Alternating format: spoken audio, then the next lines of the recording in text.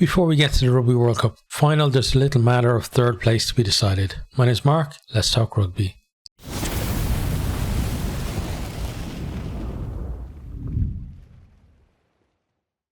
Argentina v England. This one is in the Stade de France in Saint-Denis, just on the edge of Paris. It's on Friday the 27th of October, and kickoff is 8 p.m. BST. Referee for this one is Nick Berry. This is world number 7 versus world number 5, and we'll have a look at the two teams, starting with Argentina. So Argentina, the front row, they've gone Thomas Gallo, who's had or Gallo, should I say, who's had a fantastic tournament. You know, he basically, you know, he didn't look too good, I have to say, in the Rugby Championship, but none of their props really looked all that good in the Rugby Championship. And you know, he's gotten better. Still struggles in the scrum though.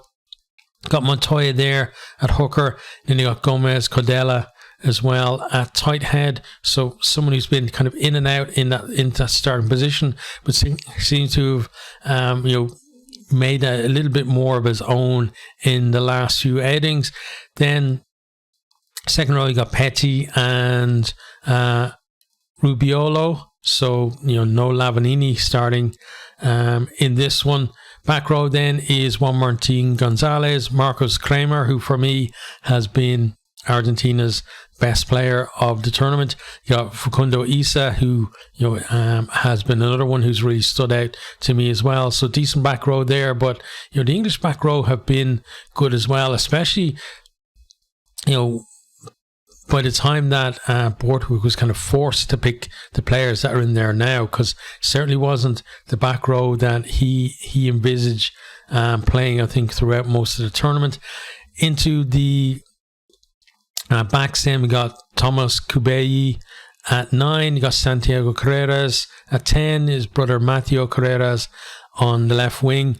You got Geronimo de la Fuente at inside centre, and Lucio Cinti at outside centre. So again, another change in the centres. No Chacobares for this one. Chacobares and Cinti, they seem to be coming together as a partnership there. So, you know, more disruption though in the centres for Argentina. Got Emiliano Bofelli on the right wing there. So, you know, we all know all about like his goal kicking has got to be on point for this one, because this feels like it's going to be a tight one. Got Juan Cruz Malia there at fullback as well. So, you know, we know England like to kick the ball, and they kick loosely to him, he's going to run it back. But we've seen England, they tend not to kick long all that often. They try and make them contestable kicks. So, you know, Malia might be busy in the air trying to secure a ball for his own team. Bench then, you got Augustin Creevy. You know, tons of experience coming out from him. Not so much in the props, but, you know, Sclavi and Bello have been decent off the bench as well. You got Alemano, who for me has been, even though he's kind of been in and out of the team and a lot of the time on the bench, he's been one of the standout second rows for me for Argentina in this one. You got Bruni there covering the back row. Bazan Vélez, who I thought might have started at 9 in this one. You got Nicolas Sanchez and Moroni. So, you know, lots of experience to come on in that back line as well. So decent team from them, and you know, they'll be looking obviously to perform better than they did in the opening game against England. On the England team then, so you got Ellis Genge there starting at loose head, Theo Dan at hooker, and Will Stewart at tight head. So these guys, you know, not necessarily all of these guys. So, well, Marler was starting last week, right? So Genge is part of this, I would say. Got a bit of a, you know, bit of a going over really by that replacement Springboks front row. So Genge, he's going to have to step up this week. You know, Argentina haven't been that impressive in the scrum, but they, you know, we'll have a look at some stats later that kind of indicate that maybe they're going a little bit better than England, but we'll have to see on a head-to-head basis how that works out. Got Maro Itoje and his partner for most of the tournament restored there beside him, Ollie Chasm as well. So, no Martins starting this week. Back row then, you got Tom Curry, Sam Underhill is in there, and then you got Ben Earl as well. So Curry moving to 6 to make way for Underhill. So let's see how this trio go as a back row. Again, no Courtney Laws in that one. Like I think he's going to be a big miss, because for me, he's probably been the most consistent of the English forwards really over the last while. We know Itoje has a very high ceiling, but he did have a huge dip in form, and then like the back row just kept changing all the time. Really, it was like musical chairs almost, like, and he felt like the one kind of consistent part of that pack. So him out, we'll have to see how these guys go, but on paper it's a decent back row, but you have to see how it works in practice. Then you got Ben Youngs now is starting at 9 instead of Alex Mitchell. Got Owen Farrell is retained at 10. Henry Arundel finally gets to get a second run out after that. Well, he scored 5 tries against Chile or something, right? And then it's like, okay, well, we can no longer win it, so let's give him a go. So he's in there. You got Tulag and Marchant as the centre partnership. They could go pretty decent. Marchant looked fairly good when he came off the bench, a good impact. Tulagi, I think, in terms of the players, from yesteryear, as it were, brought back into the England setup as of late by Borthwick, he's probably had the best impact of all of them. Freddie Stewart moves to the right wing to make space for Marcus Smith, and basically this is just about the fact that Argentina don't kick that much ball, and they're not going to be that much of a threat in terms of launching, peppering Smith with high balls. So he's just there for the odd loose kick to catch it and try and run it back and make a break. So obviously Borthwick feels much more comfortable putting him in against this opposition than any of the others that are left in the tournament, and it kind of makes sense. Freddie Stewart moving to the right wing.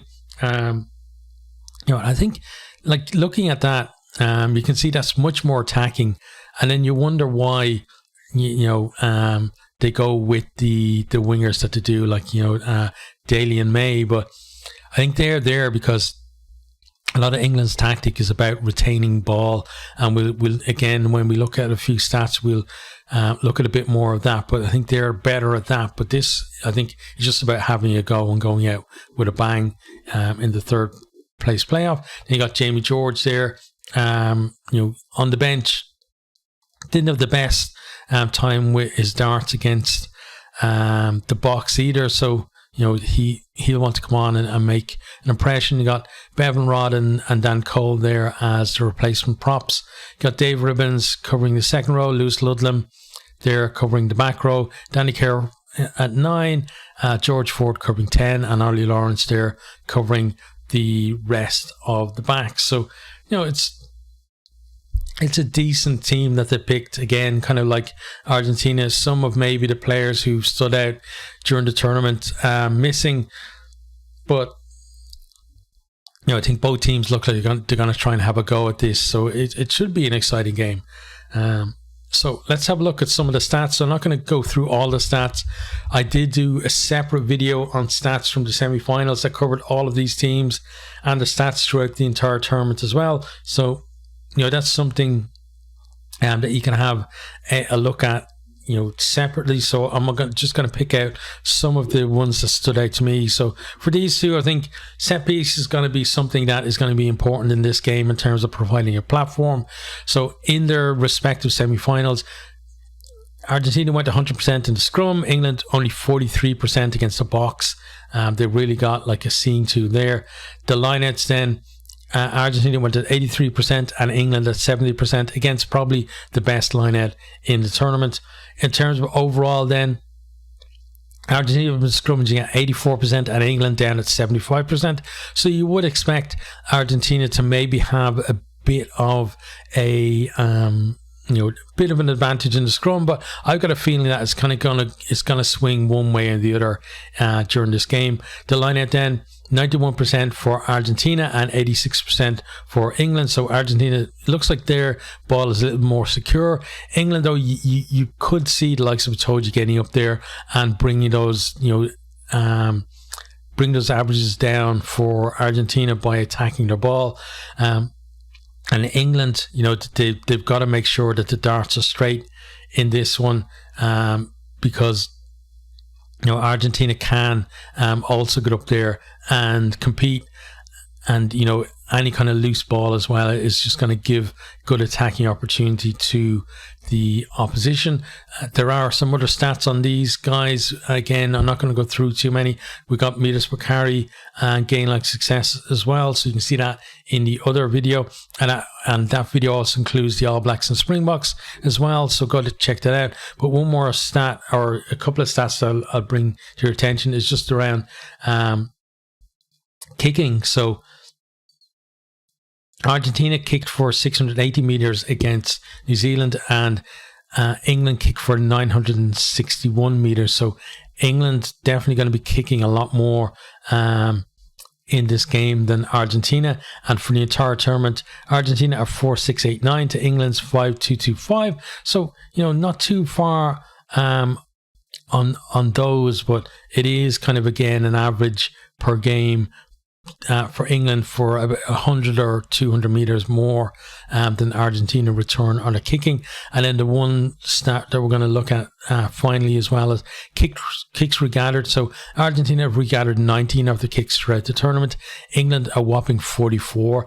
And that points to the fact that, again, we talk about England, they're kicking in order to get the ball back. They're not kicking just to put pressure on or to be, in the right area of the field or wherever. They're trying to get that ball back, and they've been very successful at it.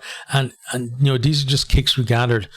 Remember, as well, there's been a lot of kicks that England have put up where, they've got up there, they've competed, and they've made it very awkward for the opposition, and ended up with a turnover maybe a phase or two later, or there's a knock on, or the ball goes loose, and then England are in there competing, and so the kicking strategy has worked out really well for them. Whether they're going to do it with the selection that they've picked for this, though, is another thing, because this team looks like more of a running team. But personally, if I was going for a running team, I would have started 4 to 10, but you can see why Farrell's the captain. You got to start him at 10 in the bronze match.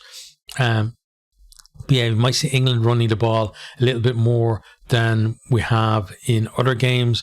Maybe kind of a little bit similar to Chile, but obviously you would hope that Argentina would give them a bit of a tougher examination than they did. But yeah, it looks like a decent game on paper. It's obviously a repeat of the opening game between these two, where England get that red card to Curry in the first few minutes. Argentina can't do anything about it in terms of winning the game, and Ford just guides his team majestically to a victory there. But I think this one's going to be a little more different. We're going to have certainly have more tries in this game, and it's going to be tight, but I think England are probably going to pip it in the end.